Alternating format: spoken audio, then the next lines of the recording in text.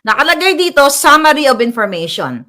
A confidential informant personally appeared before this office and reported that a group of showbiz and politically affluent personalities are frequently using illegal pulburon, okay, inside Unit 4C Rizal Tower Building, Rockwell, Makati City. May perma ng team leader. Okay? Binura din natin para ang ma-highlight si Marcos Jr. Then mga palangga, first time here in my channel na walang naglakas ng loob na ilabas ito na si Marcos Jr. Hoy, hoy, hoy, hoy, hoy, hoy. Umisig ka na Pinoy. Hoy, hoy, hoy, hoy, hoy, hoy. Umisig ka na Pinoy. Hoy, hoy, hoy, hoy, hoy, hoy. Umisig ka na Pinoy. Napag-alaman ko, bago tayo mag-vlog, ay talagang pinapahunting ako ng gobyerno ni Marcos Jr., ni Lisa. Hinahunting nila ako para gorgorin kasi naaalarma sila sa mga sinasabi ko ditong pasabog o yung mga ebidensya. So, natatakot ba tayo? Hindi. Okay? Sabi nga natin, kung lalaban yung mga buwaka ng inang yan, ng one-on-one, bakit hindi? Pero traidor. Ano ang laban ng isang alindog ko, mga kababayan? Isang babae, isang alindog ko.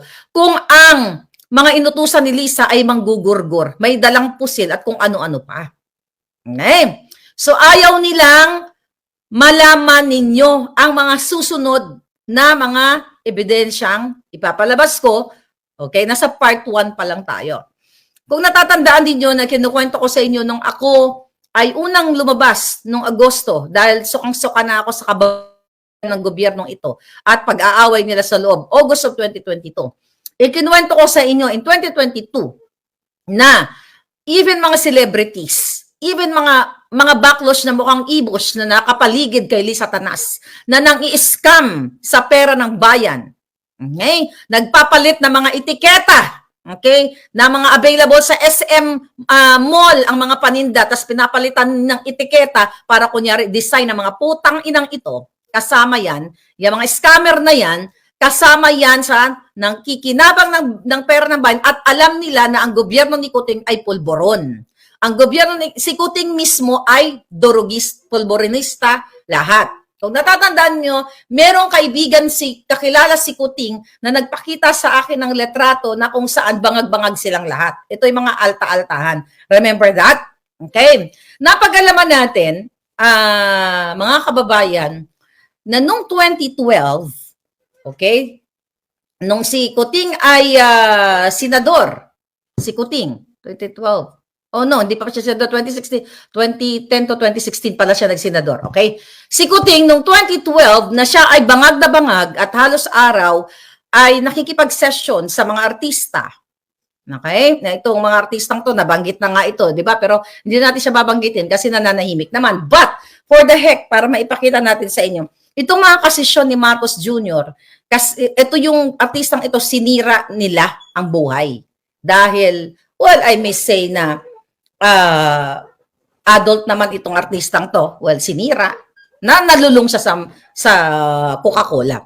So, ngayon, noong 2012, ayon sa ating impormasyon, alright, si Kuting ay huhulihin na sana. Kasama itong artistang ito. So, hulihin na siya, may order na po, actually hawak ko. Alright? So, nung time na yon, dapat ay i-raid na siya kasi meron ng pre-operation report na positive na si Marcos Jr. ay isang bangag na bangag sa pulburon. Panahon ito ni Noynoy.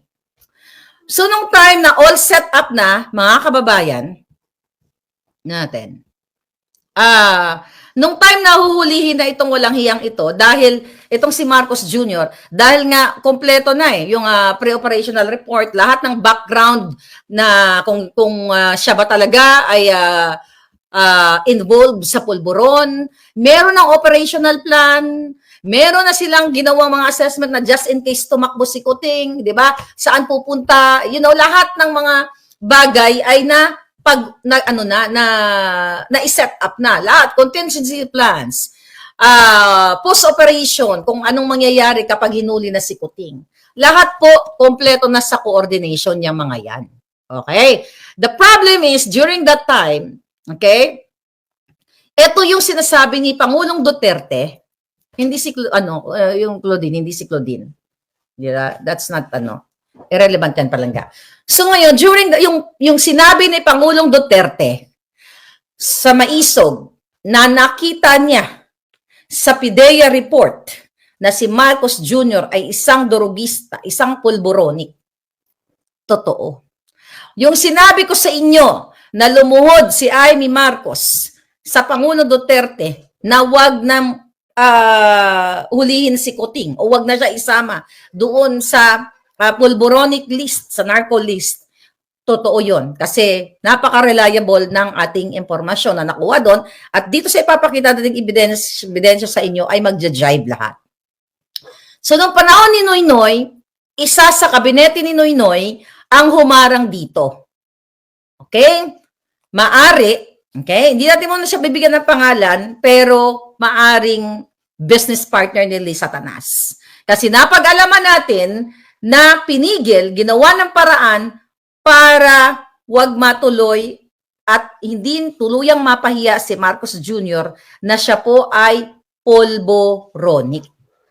Na siya ay nasa narco list talaga. Nandoon talaga siya. Mga kababayan, nandito po ang confidential report ng PIDEA na hawak ko sa inyo. Ipopost ko to sa Twitter mamaya para may kopya kayo, hindi yung ganitong klaseng papel. Baka sabihin nyo ginawa-gawa ko lang. Okay, ipapakita ko sa inyo ang original copy. Okay? Sa Facebook, ititwist, bahala na kayo i-upload nyo lahat. Mag-stitch kayo sa TikTok, it's up to you. But this document na hawak ko makapagpatunay na ang sinabi ni Duterte ay totoo. Na si Marcos Jr. ay kasama sa listahan ng mga nagpupulburon ng PIDEA. Ito po, nakalagay dito sa confidential report, Republic Act, ito, PIDEA. Ayan, 2 page po yan. Alright? PIDEA, okay? Basahin ko na lang para bonggang-bongga. Republic of the Philippines, Office of the President, Philippine Drug Enforcement Agency, Intelligence and Investigation Service, NIA Northside Road, NGC, Barangay Pinyahan, Quezon City. Andyan ang logo ng PIDEA, mga pabalangga. So ito ay, sa the last minute, may kumausap sa akin na, Maharlika, wag mong ipakita ito, hindi yung nagbigay sa atin, wag mo ipakita sana ang ebidensya from the PIDEA kasi lalo kanilang tatargetin at papatahin ka, hindi ka sisintahin ng mga ito. Sabi ko, kahit napakita ko hindi, papatahin din naman ako ng mga yan kapag ginusto nila at nakapag-tsempo yung mga hayop na yan. Sabi ni Kate Watson, ilabas na yan para mapahiya ang mga Marcos. Yes! Pupost ko to later after ng vlog natin. Okay? Ito, ulitin natin. Confidential. Republic of the Philippines Office of the President. Okay? Ito'y alam ni Noynoy nung time na siya ang presidente. Right? Eh, hindi ko alam bakit hindi nila inisplok to at ginamit nila nung 2016 election ng presidente at even nung 2022. Kasi nga, alam niyo na kung bakit hindi ginamit. Kasi pala, pare-pareho silang dilawan-pulawan. Pre-operational report, control number, okay, blank.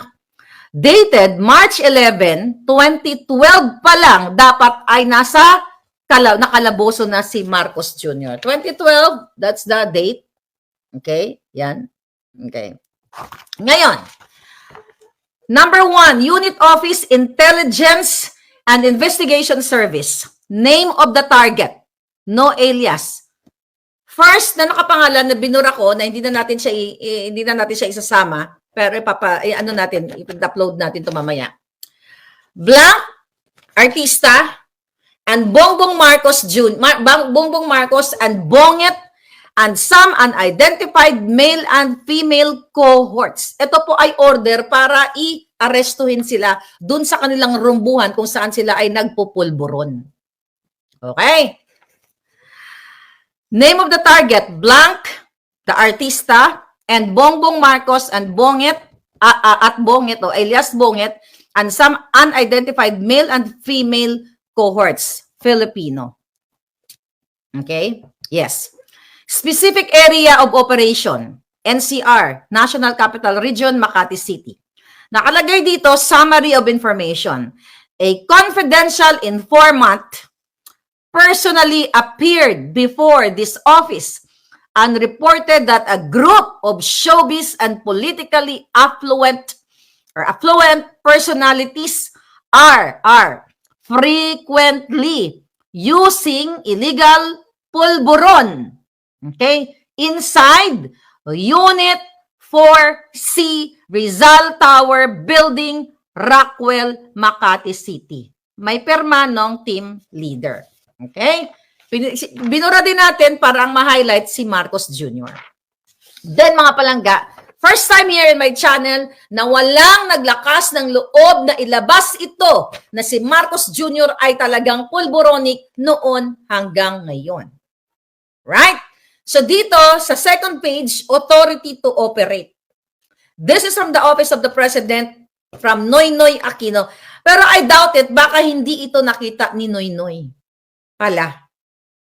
Baka, baka hindi nga nakita ni Noynoy ito. But dahil yung kaniyang mga kabinete ay hinarang. Cabinet niya, isa sa cabinet niya, ayon sa ating source, ang humarang nito para hindi ma-raid o mahuli si Marcos Jr. Itong time na to, ayon sa ating informante, langung-langu at halos every night ay nagsisesyon sila dito sa Rockwell na ito. Okay? Authority to operate, control number, date, okay, March 11, 2012. Okay? Number 1, Unit Office, Intelligence and Investigation Service. Type of operation, ayan, surveillance, casing, test buy bust, okay, search warrant, others specify. Duration, 22 hours, okay, this is 10 ng gabi, March 11 of 2012 to 12 March 12, 2012. Okay? Ngayon, nakalagay dito, area of operation, NCR, Makati City. Team leader, contact number. Okay, ito nakalagay dito yung agent. Alright? Nakalagay yung agent dito, and 7 others. So, agent, so 8 sila ang magre-raid. So, ito yung mga information. Vehicle, model number, ayan. Para kasi nakakaalam nito, alam niya na totoo mga sinasabi ko dito. Hindi gawa-gawa. Ito ang mga kasakyan ng involved nila Kuting, ay yung mga kasabwat nila na nandoon na nagrurumbuhan sila sa Coca-Cola o sa pulburon. Number 1, Mazda, model, Mazda 3, black, ZKC, plate number 8. Wag na natin sabihin. Okay? Wag na, baka wag na sabihin ng plate number. Okay? Toyota Vios, silver, ZBA, may number. Toyota Avanza, white, ZRU. So, nakakilala kay Kuting o sa artistang ito. So, you can verify ito. Kayo ang magsasabi kung itong information na to ay legit or not. Okay? Isuzu, crosswind, white, ZIZ, blank, blank, blank. Okay? Noted by Director 2S. Is it 2S or IIS? Okay? So ngayon, mga kababayan, okay? Ito yung sinasabi ni Pangulong Duterte na nakita niyang papel. I think isa ito sa mga papel na mayor pa lang siya kasi 2012 ito. At finorward sa kanya noong siya ay presidente niya at kaya inilagay si Marcos Jr. na nag-ooperate o nagbabangag-bangag sa pulburon. So ito po ay confidential report from PIDEA but para sa kalaman ng bayan na si Marcos Jr. na ang sinasabi ko noong 2022, well, hindi naman ako nagsimula, si Pangulong Duterte na may isang presidente na nagsisinghot kasama yung kanyang mga amiga sa Davao City 'Di ba? Sinabi pa nga ni Pangulong Duterte during the campaign na sa loob ng eroplano sila nagsisession. So, totoo, mga kababayan, ang sinabi ni Duterte na si Marcos Jr. noon pa lang, even nung mayor pa lang si Pangulong Duterte, si Marcos Jr. ang presidente ninyo ngayon ay isang bangag, ay isang pulburonik based dito sa PIDEA report na pilit na pinadudukot ni Lisa Satanas, pinadudukot ng gobyernong ito para hindi nyo makita. Pero dahil, mga kababayan, ay gusto nilang targetin ako, hindi gusto, tinatarget na nila, gusto nila akong gurgurin, might as well ilabas na natin sa buong mundo etong report na ito. Actually, na-forward ko na din po ito sa authority dito bago natin binlag. Okay? Ipinorward ko na dahil nga ginigipit nila ako, mga kababayan, gusto nila akong ipagurgor. Remember that?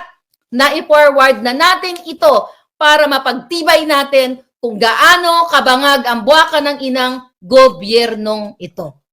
Nasa mga kamay ninyo ang desisyon kung kayo ba ay tatahimik, religious group, people of the Philippines, kung tatahimik kayo na ang presidente ninyo ay isang bangag, ang mga nakapaligid sa kanya ay gusto kayong iharang sa gyerang hindi naman gyera ninyo. Gusto ang mga pamilya ninyo, ang mga anak ninyo ay ibala dyan sa gyerang gusto nilang mangyari dahil gusto nilang pagtakpan ang mga kasinungalingan, ang mga pambababoy nila sa inyo, ang mga pagtaas ng bilihin, ang lahat ng smuggling, lahat ng extraction, involvement ng gobyernong ito. Imagine nyo, paano nga naman hindi si Lisa Satanas ang hindi makialam doon sa pagdukot sa mga bata, sa kanyang kasabwat. Okay, na si Chua, marami pang ginagawa tong Satanas na ito. Dahil sila ay bangag. Bakit kayo ngayon inilagay sa alanganin dyan sa kaguluhan, sa China, na pinrovoke ng jutang ng gobyerno ni Marcos Jr., kasabwat ang mainstream media, lahat ng anggulo ng camera na ipalabas sa inyo na kunwari tayo talaga ay binubuli ng China, na pwede namang diplomatic solution ang ibigay ni Marcos Jr. Pero dahil napatunayan ng PIDEA noong panahon ni Noynoy, etong papel na ito na si Kuting ay isang pulburon, kaya kayo isinasalang sa rarara na yan, at gustong mategi, magurgur kayong lahat, then it's up to you to get up. And if you want, if you don't ayaw nyo talaga na gusto niyo si Kuting pa rin, you get ready sa gerang gusto nila. Kung gusto nyo magbuwis ng buhay ng walang saysay, sige, ngayon, pumunta na kayo doon sa West Philippine Sea, puntahan nyo na at makipagbang-bang-bang na kayo. But this time, mga kababayan, ito, ipakakalat ko to sa inyo, pupost ko to sa TikTok, sa Boljakan Facebook, at sa Twitter para makuha ninyo ang kopya at you decide. Hindi dito, sa Facebook natin, mga palangga. You know what I mean? Hawak ko to. I know you are excited, but I will post this, ipatrend ninyo ang document na ito. Ito ang isa sa ina-after nila sa akin para ayaw nila akong pagsasabi. Wala ni isa ngayon na nagsasalita sa Pilipinas, even military, na maglakas ng loob na ipalabas ito dahil baka gurgurin ng gobyernong Kuting. I totally understand that. Dahil pinoprotektahan ninyo ang inyong pamilya. Naintindihan ko po yan. Naintindihan ko kayong lahat. Kaya sabi ko, I don't know kung ano ang misyon ko sa mundong ito, na ang kinakabangga po natin na ninyong lahat ay hindi ordinaryong tao, kundi demonyo o mga mafia o mga sindikato na kayang magpagurgur sa akin. And they have the trillion budget, the national budget of the country. Nasa kanila at talagang gusto nila akong igurgur dahil sa mga expose. Pag-gurgur man nila ako, wala na silang magawa, eto na ang first part ng ating ebidensya. Alright, first part. Huwag kayo masyadong ma-excite sa video. Okay, I'll tell you about it. Mga kababayan, tandaan ninyo. Okay? Na ang may hawak pa ng live na live at iba pa, hindi lang isa. Okay? Mga palangga, ay may threat na. Alam ni Lisa Satanas kung sino ang may hawak ng video. So ngayon, nakausap ko siya kanina. Mga palangga, sabi ko sa kanya, kailangan ilabas na natin ito. Gigirahin na tayo. Sabi ko ng ganun sa kanya. Ang mga kababayan, ang mga palangga natin dyan, sabi ko sa Pilipinas, ano gagawin? Okay? So, ang nag-iisip pa, sabi ko, gawin na natin ngayon. Kung gusto mo i-save ang bayang ito, gawin na natin. Huwag na natin patagalin. Gustong-gusto ko. Mga palangga, hinahunting na rin siya ngayon.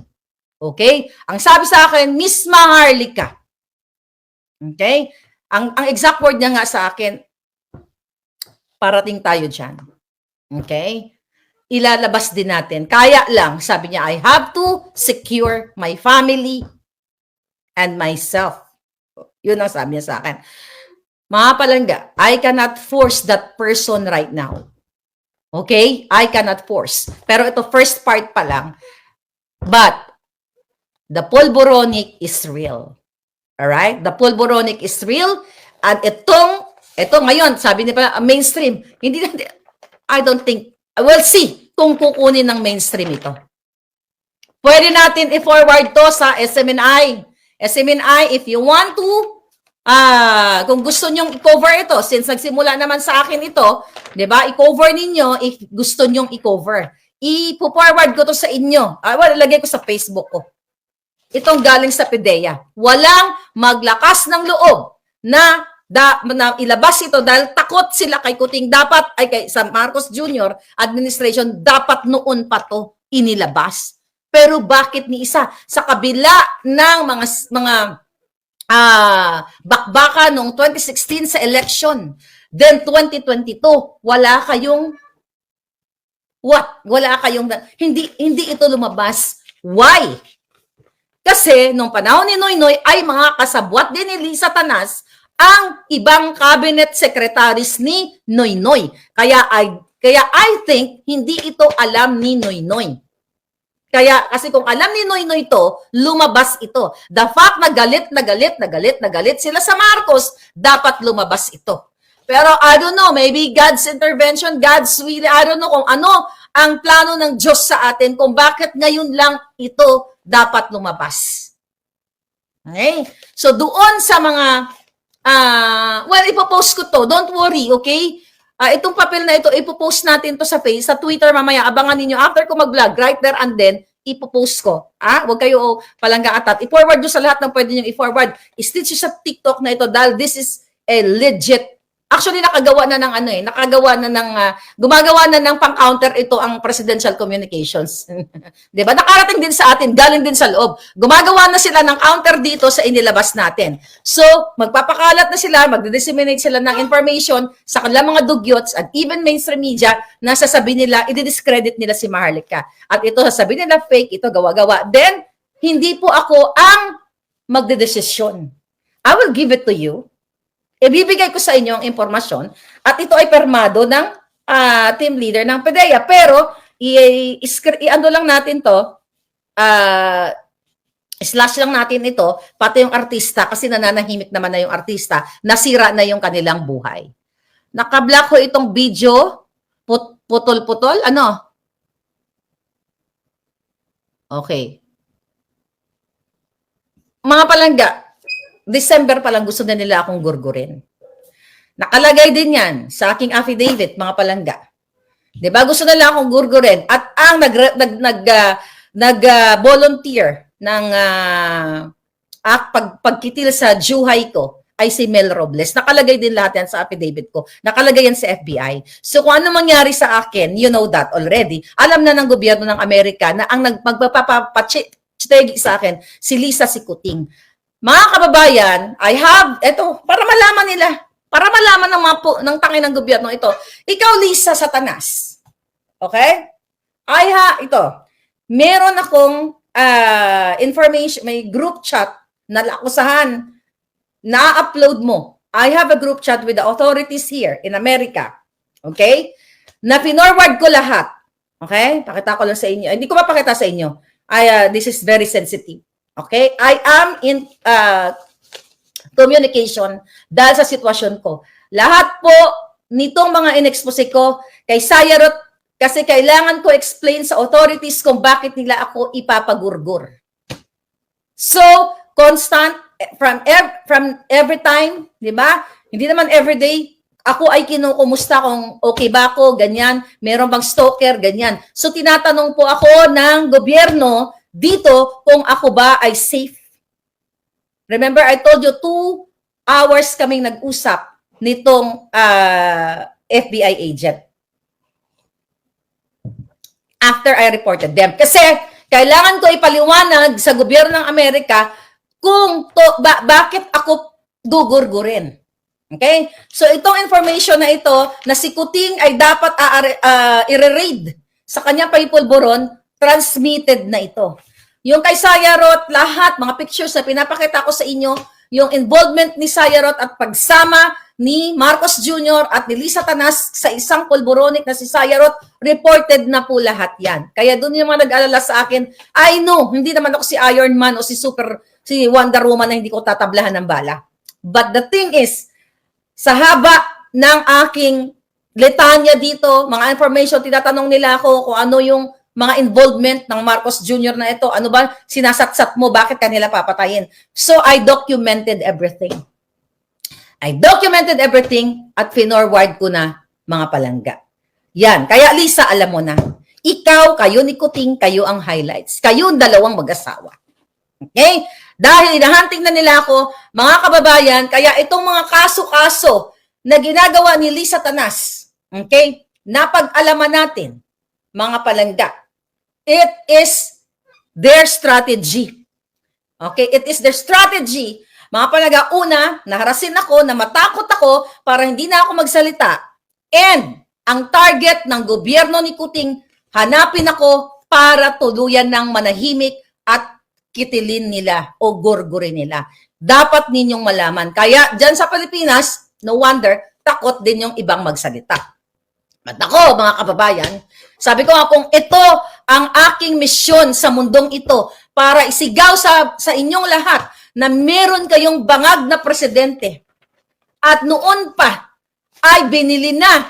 Okay, ang term pala na ginamit, palangga, yung raid na supposedly na si Kuting ay may kalaboso, ay binili na o binayaran o binribe na ito ni Lisa Tanas. Binribe na ni Kuting at ni Lisa ang tiwali nino na cabinet, isa sa cabinet secretaries ni Noynoy para hindi harangin kasi ang PDEA is under what? Ayan, no? Republic of the Philippines, Office of the President. Kaya ina-analyze ko kung si Noynoy kung anong galit na galit kay sa mga Marcos, di ba? Dahil sa ginawa sa kanilang ama, yun ang mga nakaraanghing pangyayari.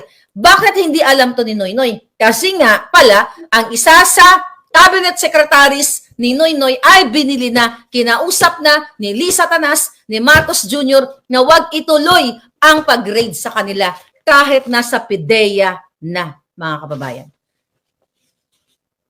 Yan ang katotohanan. Oh.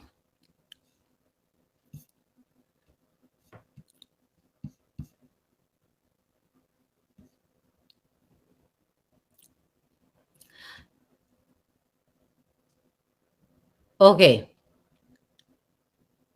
Sabi ni Eric Natividad, Miss Maharlika, di ko pa napagdugtong-dugtong kwento sa The Fort, sa BGC, sila nga siguro yung mga taong matataas na bumugbog doon. Biktima anak ni General Catellano na PMAer na napatay nila. Kailan yun palangga? Eric Natividad? Yun, baka. Yun, I'm not sure. Sige, tingnan, i-research natin yan palangga. I'm not sure about that. But yes, this document is legit. You will upload this later. Yeah. So mga kababayan, kaya ngayon, minabadali nila na kayo ay magurgor ng kaguluhan sa West Philippine Sea. Kasi alam ni Kuting na hindi na siya magtatagal. Sabi ko nga, hindi na siya aabutin ng Pasko. At ang nakikita natin, ano ba dapat ang ginagawa, mga kababayan, ng taong bayan? Okay? Ano ba ginagawa ng taong bayan kapag ito ay what? ito ay nakikita nyo na ang isang presidente ay nasasangkot sa iskandalo. Pero ano ang ginawa ni Kuting? Siyempre, pagsisinungalingan niya. Nung siya ay pinagbintangan ni Duterte, doon sa Maisog, na pinagbintangan, binukilya ni Duterte na si Marcos Jr. ay nakita niya sa PIDEA report, which is ito, okay, na siya ay sangkot sa pagpupulburon. Ang sagot ni Marcos Jr. doon, nagpipentanil din naman ikaw Diba? Baka yan ang effect ng fentanyl, diba? Yun ang kanyang solusyon, ang kanyang sagot. Na dapat, kapag ganito na nasasakdal sa iskandalo o nasa gitna ng iskandalo ang Kuting noong 2022 pa. And also, hindi lang pulburon ang kinasasangkutan nila. Well, pulburon, again, pakita muna natin yung kay Sayarot. Okay? Pakita muna natin palangga yung kay Sayarot. So, ang tagal-tagal, pero ayaw kasi pick upin ito ng mainstream media. The reason why, mga kababayan, kaya naman pala, okay, paulit-ulit natin, kaya naman pala si Mark Anthony Sayarot, nireport ko rin to sa federal, okay? Kaya pala si Mark Anthony Sayarot, ito, saan yun? Ito. Kaya pala itong taong ito ay kasama ni Marcos Jr., ni Lisa Tanas, ni Tambaloslos sa kanilang mga yan, papuntang sa New York yan, dahil nga pala sila ay magkakabaro pagdating sa pulburon. Isa yan sa mga iskandalo na ating isiniwalat dito na dapat kung may kahihiyan ang presidenteng ito o may wala nga pagmamahal sa bayan, dapat mag-resign siya dahil ito ay alam niyang katotohanan sa pagngiwi-ngiwi pa lang ng bunganga niya. Guilty na kahit pa nga hindi pa i-drug test yan dahil ayaw niyang magpa-test ng honest to goodness na test or legit. Di ba? Imagine nyo, nang siya nagpa-test, sa private siya nagpa-test, noong 2022, nung hinamon siya ni Duterte. In-interview ko si Attorney Vic Rodriguez. Attorney Vic, nando doon ka ba nung nag-test si Kuting? Anong sabi ni Attorney Vic Rodriguez? Wala. So dahil tiwali ang gobyerno sa Pilipinas, lalo na si Kuting, si Lisa ay kayang magbayad, maaring binayaran nila ang doktor para sabihin siya ay negative nung siya ay tumakbo noong 2022 para sabihin sa taong bayan na siya ay negative. Kung matino ang buwaka ng inang Kuting na ito, ngayon sa sa gitna ng kontrobersya, kung siya ay mula sa puso niyang itim, well, for the heck, kunyari may matinong puso siya, humarap siya sa taong bayan para matigil na ang sinasabi nitong itong mga netizen na ito, kahit na hindi na ako pangalanan kasi hindi nila gagawin yan. Itong ano na to, magpa-test ako ng live or dun sa legit na doktor na nakikita ng taong bayan para sa transparency. At kung ako ang nagpupulburon, okay? Kung ako yung kay Kuting, matagal na ako nag-resign. Kung mahal ko talaga ang taong bayan, pero mga kababayan, sabihin nyo naman, ano ka ba, maharlika? Bakit magre-resign yan? Bangag nga. Exactly. So, ang nilalatag ko sa inyo, ito sana yung mga posibilidad, okay, na mga tamang ginagawa ng isang presidente na kapag nasasakdal o nasa gitna ng kontrobersya at totoo naman, mga kababayan, dapat nag-resign na. But another option is what? Yung sinasabi nating legal proceeding o yung impeachment. Pero, paano tayo mananalo sa Kongreso? Okay? Paano makausad itong articles of impeachment kung magkaroon ng impeachment trial, hawak nila ang Congress? Diba? Kitang-kita naman sa charter change, ginagamit nila ang pera ng bayan para bayaran ang mga kongresista, mga buwaka ng inang kongresista para puwersahin ang ating mga kababayan sa kanilang mga distrito para linlangin dito sa kanilang jutang gininang puwersahang initiative. So out yung legal proceedings na sinasabi natin.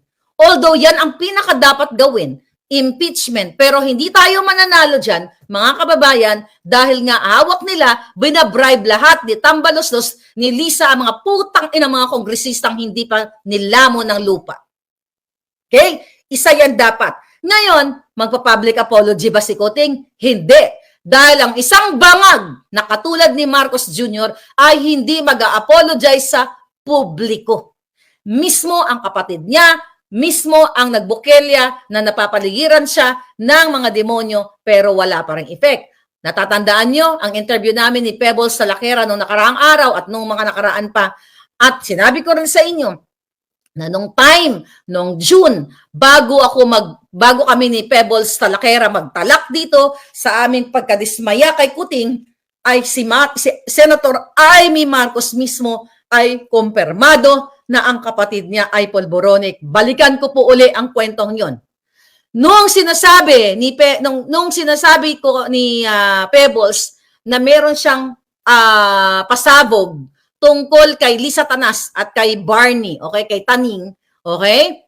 So, hindi ko alam, kumbaga, ayokong mangyari na magsalita si Pebbles ng mga ebidensya o mga katotohanan laban kay Marcos Jr. kasi nga supporter ako. Kaya, dahil kinabahan ako at nag-aalala ako kay Kuting, minessage ko si Amy Marcos na tinawagan ko siya, message and text, nawala na lang yung mga namin conversation. Okay? Anyway, that was a Viber conversation. Sabi ko, Manang, na-confirm yan ni Pebbles mismo dahil alam din yan ni Daryl Yap. Sabi ko, Manang, Senator, sabi ko, yung adding mo, sabi kong ganon, may